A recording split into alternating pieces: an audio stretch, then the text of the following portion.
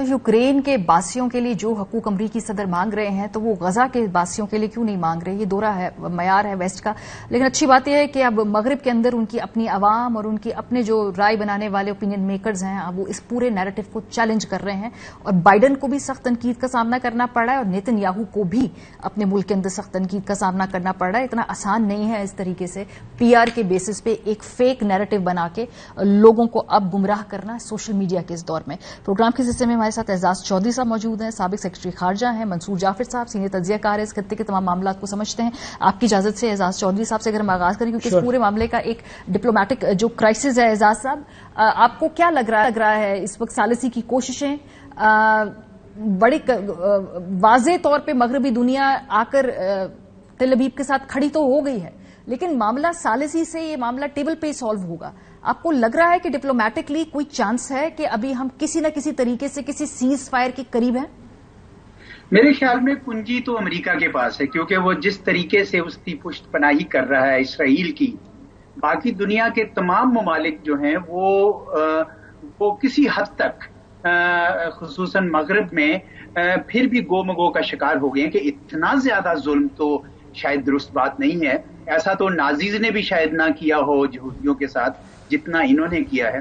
तो उस वजह से जो आपने अपने इब्तदाइया में बिल्कुल दुरुस्त बात कही कि बहुत आवाजें उठ रही हैं, लेकिन अमेरिका जो है वो एक वाहिद मुल्क है जो इतना ज्यादा जूइश लॉबी के जेर असर है कि उसने अभी जो ब्राजील का रेजोल्यूशन था अक़वाम मुत्तहिदा की सिक्योरिटी काउंसिल में उसको भी वीटो कर दिया। हालांकि वो अमेरिका वाहिद मुल्क था जो उसको अपोज कर रहा था, 12 मुल्क उसके हक में थे, यूके तक ने अब्सटेन कर लिया था लेकिन अपोज नहीं किया था क्योंकि वो हमास को कंडेम भी कर रहा था, लेकिन वो कह रहे थे सीज फायर करें और एक ह्यूमैनिटेरियन कॉरिडोर बनाएं। अब ये दोनों चीजें बड़ी इंसानियत यानी के मद्देनजर रखते हुए अक़वाम मुत्तहिदा के सेक्रेटरी जनरल ने बहुत पुरजोर बयान दिया है। मेरे ख्याल में मुसलमान दुनिया तो अब मुकम्मल तौर पर, पहले जरा थोड़ी सी खामोश थी, कम थी, लेकिन अब तो वो सब के सब यकसमान होकर बोल रहे हैं कि जो जुल्म इस वक्त किया जा रहा है, हमें लगा ऐसे कुछ लोगों को तो ये तासुर था कि ये इस दफा गजा को मुकम्मल तौर पर कब्जा करना चाहते हैं। तो जिसके बाद अमेरिका की तरफ से बयान आया कि जी आप ये कब्जा मत कीजिएगा, ये मिस्टेक होगी। तो इसराइल ने अभी तक ग्राउंड ऑपरेशन नहीं किया है। तो मेरे ख्याल में इसराइल ने अगर 4000 फलस्तीनी शहीद किए हैं तो अपनी बड़ी बदनामी इस पूरे खित्ते उसके लिए कमाई है। अगर अमेरिका में इसी तरह जोर पकड़ता गया तो मैं समझता हूं कि इसराइल मजबूर हो जाएगा सीज फायर करने पर। इसका एक और एस्पेक्ट है मंसूर साहब के बाइडन की हुकूमत भी बड़ी अनपॉपुलर है, नेतन्याहू की हुकूमत भी बड़ी अनपॉपुलर है। इवन ऋषि सुनक की जो गवर्नमेंट है वो भी कोई इतनी बहुत पॉपुलर तरीन गवर्नमेंट नहीं, वो बिल्कुल बड़ी मुश्किल से तश्कील पाई हुई हुकूमत है। उसके बावजूद अगर ये तमाम अपनी क्रेडिबिलिटी इस वक्त नेतन्याहू के पास डाल रहे हैं तो ये भी एक तशवीश की बात है। लेकिन जो मुसलमान दुनिया का रिएक्शन है वो इसलिए है क्योंकि उनकी सड़कों पर वहां उन्हें देख लिया कि अवामी सेंटिमेंट क्या है, they have to listen to the people on the streets.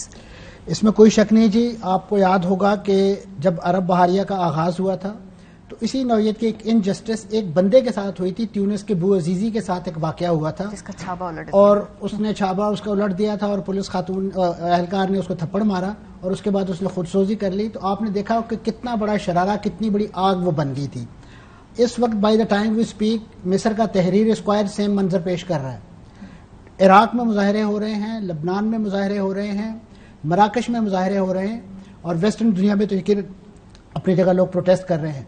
और उन मुजाहरों में जो वर्जन उनका सामने आ रहा है, मैं समझता हूं कि वो जितनी अनपॉपुलैरिटी या मसाइल का शिकार कर रहा है नेतन्याहू, तो ऑलरेडी देखिए कि वो पिछले तकरीबन इस साल के आगाज से वो अदलिया के साथ सींग फंसा के बैठे थे और हफ्तावार प्रोटेस्ट उनके खिलाफ वहां काबलान स्ट्रीट में करप्शन चार्जेस हैं अदलिया के साथ, पॉलिटिकल बुरान है। उसकी रीजन ही ये थी ना। तो उन्होंने बेसिकली रिफ्यूज ली। अपने दो करप्ट जो बहुत ही इंतहा पसंद वहां मजहबी उनके दो वजीर थे उनको वजीर बना के वो भी करप्शन में माखूज हैं। उसके साथ क्या हुआ कि जो उनकी अपनी इंटरनल जो पॉलिटिकल स्ट्रेंथ थी वो सारी की सारी वैनिश होगी। आज अगर इस वक्त और उस वक्त अभी जो ये रिसेंट जो मैं समझूंगा एडिशन हुआ है उसमें कि जितने बड़े पैमाने पे वहां रिवर्स माइग्रेशन का प्रोसेस शुरू हो गया है। देखिए वो चीजें हमारे यहाँ रिपोर्ट नहीं हो रही। इस वक्त जो इजराइल की जो मईशत है, उनका जो शैकल है, उसकी कदर में बहुत ज्यादा गिरावट आ चुकी है। बहुत बड़ी मल्टी नेशनल कंपनियां जिसकी वजह से इसराइल की एक धाक थी कि दुनिया में बड़ी आईटी और ٹیکنالوجی ان کے ہاں فروغ پاتی ہے، وہ ساری کی ساری بستر کو کر کے جا چکی ہیں.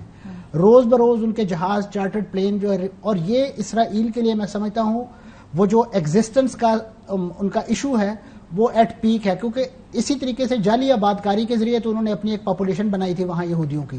تو آج اگر یہ ملکوں کو واپس جا رہے ہیں اپنے، اور اس میں آپ فیکٹس اینڈ فگر دیکھیے کہ آپ کو پتہ چلے گا کہ یہ جو لوگ واپس جا رہے ہیں یہ ڈیول نیشنل ہیں. جی آج فلسطینیوں کو ان کے ڈسپلیسڈ علاقوں میں اب واپس نہیں آنے دیا جا رہا یہ کہہ کے کہ جی آپ تو اب یہاں سے جا چکے ہیں، آپ کا رائٹ آف ریٹرن ختم ہو گیا ہے، حالانکہ وہ انٹرنیشنلی ریکگنائزڈ رائٹ ہے، اقوام متحدہ کے چارٹر میں اس کو مانا گیا ہے کہ یہ واپس آ سکتے ہیں.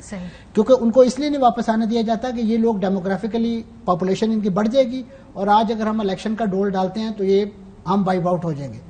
اب یہ وہ دو چیز، اور اسی وجہ سے کہ اوسلو ایکارڈ میں اس رائٹ آف ریٹرن کو ڈیفر کیا گیا تھا کہ ہم فائنل پیس سیٹلمنٹ جب ہوں گی اور اسی طرح بیت المقدس کا اسٹیٹس اس وقت بات کریں گے.